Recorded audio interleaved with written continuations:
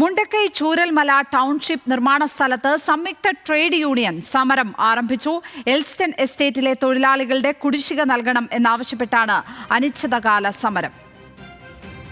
വിവരങ്ങളുമായി വയനാട്ടിൽ നിന്നും ആഷിഖ് റഹ്മാനാണ് ചേരുന്നത്. ആഷിഖ്, ഏതൊക്കെ തൊഴിലാളി സംഘടനകൾ, ട്രേഡ് യൂണിയനുകളാണ് അവിടെ സമരവുമായി എത്തിയിരിക്കുന്നത്? എത്രത്തോളമുണ്ട് തൊഴിലാളികളുടെ പങ്കാളിത്തം സമരത്തിൽ?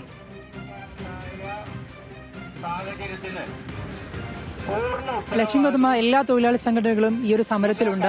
CITU, INTUC അടക്കമുള്ള എല്ലാ സംഘടനകളും സംയുക്തമായാണ് ഈ ഒരു സമരം നടത്തുന്നത്.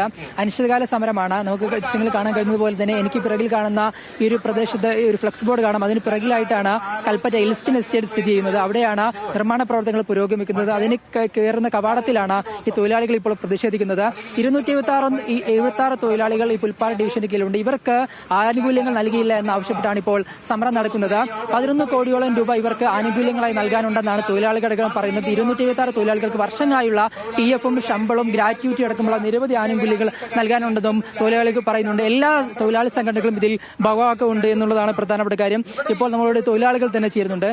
നിങ്ങൾക്ക് എത്ര ആനുകൂല്യങ്ങൾ കിട്ടാനുണ്ട്? ഞങ്ങൾക്ക് 65 വയസ്സായി. എനിക്ക് 6 വർഷമായി റിട്ടയർഡ് ആയിട്ട് ഇന്ന് വരെ എസ്റ്റേറ്റ് പ്ലാന്റേഷന്റെ നിയമം എന്തൊക്കെയുണ്ട്, ആ നിയമത്തിൽപ്പെട്ട ഒരു ആനുകൂല്യങ്ങളും ഇന്ന് വരെ കിട്ടിയിട്ടില്ല. ഇയാൾ പെൻഷൻ ഈ പ്രൗഢമണ്ട് അടക്കാത്തതുകൊണ്ട് പെൻഷൻ കിട്ടുന്നില്ല. ഞാൻ റിട്ടയർഡ് ആയിട്ട് 6 വർഷമായി.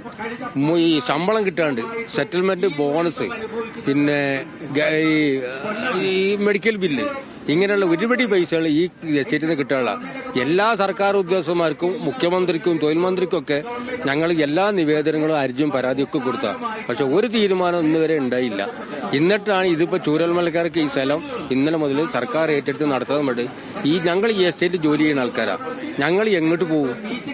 ഞങ്ങൾക്ക് താമസിക്കാനോ സൗകര്യം, ജോലി ചെയ്യാനുള്ളൊരു സ്ഥലം ഇത് ഏറ്റെടുത്ത ആൾക്കാർ കാണിച്ചു തരണ്ടേ, പറഞ്ഞു തരണ്ടേ ഞങ്ങൾ എങ്ങോട്ടാ പോകേണ്ടത്? ഇതാ നോട്ടീസിന്റെ അടിയിൽ എഴുതി വെച്ചിട്ടുണ്ട്. അനാവശ്യമായിട്ട് അതിന്റെ അകത്ത് കയറിയാൽ ശിക്ഷാർഹമാണെന്ന് ആ നോട്ടീസിൽ എഴുതിയിട്ടുണ്ട്. എന്താ ഇതിന്റെ അർത്ഥം? ഇത് ഇന്നലെ വരെ ഇത് ഞങ്ങൾ തോട്ടായിരുന്നു, ഞങ്ങൾ ഇവിടുത്തെ തൊഴിലാളി. ഇന്നിപ്പോ ഇത് വിഷയം മാറി. ഇപ്പൊ അതിന്റെ അകത്ത് കയറിയാൽ പോലീസ് അറസ്റ്റ് ചെയ്ത് കൊണ്ടുവന്നാ പറയണേ. ടൗൺഷിപ്പിനെതിരല്ല. ടൗൺഷിപ്പിന് പേര് വീടുണ്ടായി. ചൂരൽമലക്കാരെ എന്റെ സഹോദരങ്ങളാണ്. അവറ്റുള്ള ദുരിതം അവർക്ക് പറ്റിയ ദുരിതം ആർക്കും ഉണ്ടാകാൻ പാടില്ല. അവർക്ക് എത്രയും പെട്ടെന്ന് വീടുകൾ ഉണ്ടാവണം. പക്ഷെ ഞങ്ങൾ പ്രശ്നം തീർക്കണം. ഞങ്ങൾ തരാനുള്ള എല്ലാ ആനുകൂല്യങ്ങളും തരണം. എന്നിട്ട് ഇത് തുടങ്ങണം. അതേ പറയുള്ളൂ. നമുക്ക് ആനുകൂല്യങ്ങൾ കിട്ടാണ്ട് ഒരുപാട് കിട്ടാണ്ടോ? 11 വർഷമായി പിരിഞ്ഞിട്ട് 11 ഒരു പൈസയും കിട്ടിയിട്ടില്ല.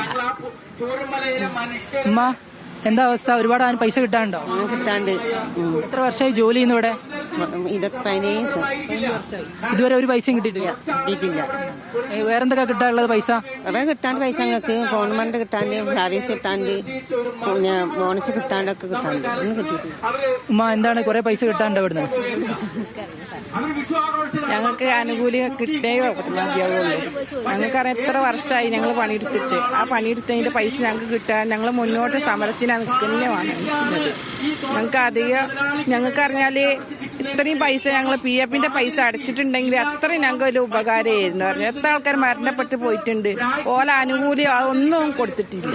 ഞങ്ങൾക്കിപ്പോ തൊഴിലില്ലാത്തൊരവസ്ഥയല്ലേ? അവസ്ഥയായി പോയി. ഞങ്ങളിപ്പോ പെരുവയിലായിപ്പോയി. ഒരു പണിയില്ലാത്ത രീതിയിൽ ഞങ്ങൾ നിൽക്കുന്നത്. ഞങ്ങളിപ്പോ പെരുവയിലായിപ്പോയി. ഞങ്ങൾ സമരത്തിന് നിൽക്കാനായിട്ട് ഞങ്ങൾ നിൽക്കുന്നത്. കുറെ പൈസ ഇങ്ങനെ കിട്ടാണ്ടോ? ആനുകൂല്യം ഒരുപാട് പൈസ കിട്ടാണ്ട്. ഒരുപാട് ഭർത്താവ് മരിച്ച് 2 വർഷമായി. അവർ 9 മാസം ശമ്പളം ഇതുവരെ 1 മാസം ശമ്പളം തന്നിട്ടില്ല. ചോദിക്കുമ്പോൾ പറയും തരാം തരുന്നതില്ല. ഞങ്ങൾ എന്താ ചെയ്യാം? ഞങ്ങൾ മക്കളെ പോറ്റണ്ടേ? ലക്ഷ്മിപദ്മ, ഇവര് പ്രധാനമായും ആവശ്യം ഉന്നയിക്കുന്നത് ഇവർക്ക് ആനുകൂല്യങ്ങൾ, അതായത് 11 കോടിയോളം രൂപ വിവിധ 286 തൊഴിലാളികൾക്ക് നൽകാനുണ്ടെന്നാണ് നേരത്തെ സർക്കാർ ഉറപ്പ് നൽകിയത്. ഇവിടെ ടൗൺഷിപ്പ് നിർമ്മാണം തുടങ്ങുന്നതിന് മുമ്പ് തന്നെ തൊഴിലാളികൾക്കുള്ള എല്ലാ ആനുകൂല്യങ്ങളും നൽകുമെന്നായിരുന്നു. പക്ഷേ ടൗൺഷിപ്പ് നിർമ്മാണം ഇന്നലെ ആരംഭിച്ചു. പക്ഷേ ഇവർക്കാർക്കും ഈ ഒരു പണം കൃത്യമായി നൽകിയില്ല. ഈ എൽസ്റ്റേറ്റ് നിലവിൽ സുപ്രീം കോടതിയെ സമീപിക്കാനിരിക്കുകയാണ്. ഈ നഷ്ടപരിഹാര തുക പോരാ എന്ന് പറഞ്ഞിട്ട്. അതുകൊണ്ട് ഹൈക്കോടതിയിൽ പണം നിലവിൽ പെൻഡിംഗ് ആണ്. ഈ പണം എസ്റ്റേറ്റ് ചെയ്യുന്നില്ല.